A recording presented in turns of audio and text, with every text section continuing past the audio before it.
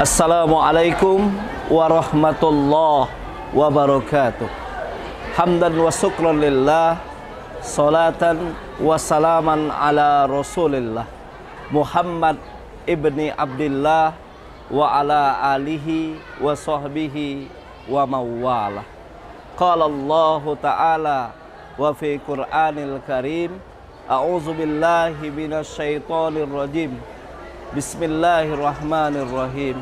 Ya ayyuhalladzina amanu hal adullukum ala tijarah tunjikum min azabin alim tu'minuna billah wa rasulih wa tujahiduna fi sabilillah bi amwalikum wa anfusikum dzalikum khairul lakum in kuntum ta'lamun. Shadaqallahul azim. Yang pertama, marilah kita ucapkan puja serta syukur kita kepada Allah Subhanahu wa ta'ala, karena sampai saat ketika ini kita masih dikaruniainya berupa nikmat iman, Islam, nikmat kesehatan, kelapangan waktu, sehingga kita dapat bertatap muka dalam rangkaian kegiatan video pembelajaran pelaksanaan fardu kifayah. Salawat dan salam marilah kita sanjungkan kepada junjungan kita Nabi besar Muhammad sallallahu alaihi wasallam. Allahumma sholli wa sallim wa barik alaihi. Pemirsa sekalian, kita membuat suatu video pembelajaran pelaksanaan fardu kifayah. Bagaimana kita seorang muslim ketika saudara kita, ibunda kita tercinta, atau orang-orang yang kita sayangi, ketika itu dipanggil oleh Allah Subhanahu wa ta'ala, apa yang kita lakukan selaku hamba Allah yang beriman?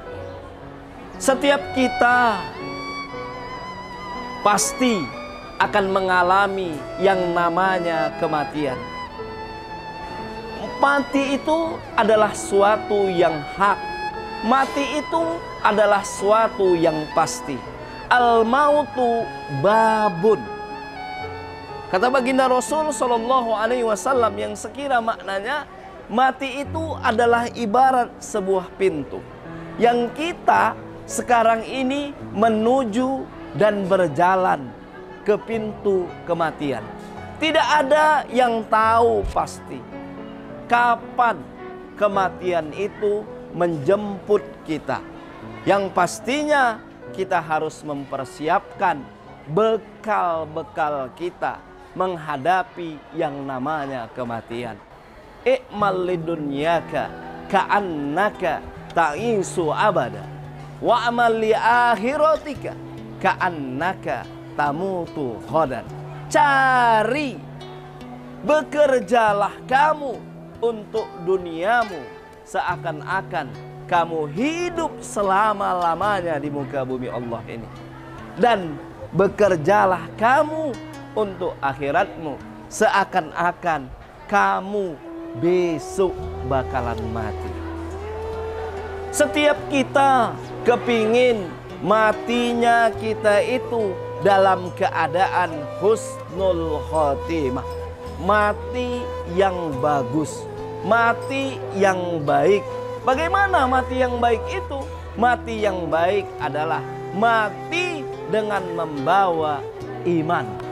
Mati tatkala akhir hayatnya mengucapkan la ilaha illallah. Pemirsa sekalian, ketika kita menghadapi saudara kita, ibunda kita, ayahanda kita, atau orang-orang yang kita sayangi sedang mengalami sakratul maut, detik-detik kematian beliau, kita sebagai anaknya, kita sebagai orang yang dicintai dan kita mencintai mereka, maka yang kita ajarkan kepadanya yang pertama kali adalah sesuai dengan hadis baginda Rasul. Lakinu mautakum la ilaha illallah. Ajari orang yang mau mati itu dengan sebutan la ilaha illallah. Kita dengarkan ke telinganya, kita sampaikan ke telinganya, kita mengucapkan ayahanda, ya ibunda, ucapkan la ilaha illallah. Ada hadis Rasul sallallahu alaihi wasallam menjelaskan akhirul kalam la ilaha illallah dakhala jannah. Barang siapa yang akhir hidupnya mengucapkan la ilaha illallah, baginya surga.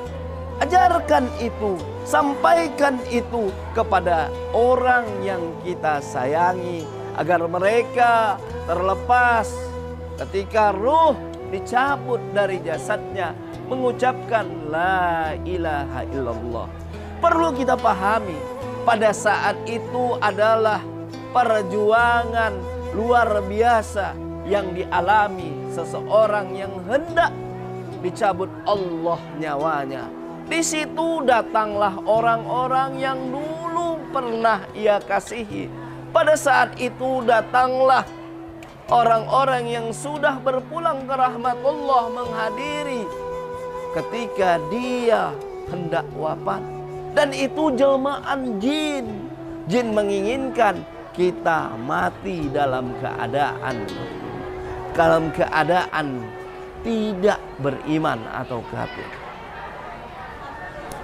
Saudara-saudara sekalian, pemirsa, yang kedua yang harus kita lakukan ketika ayahanda tercinta, ibunda tercinta, atau orang-orang yang kita kasihi sedang mengalami sakratul maut, maka berikan kepadanya minum.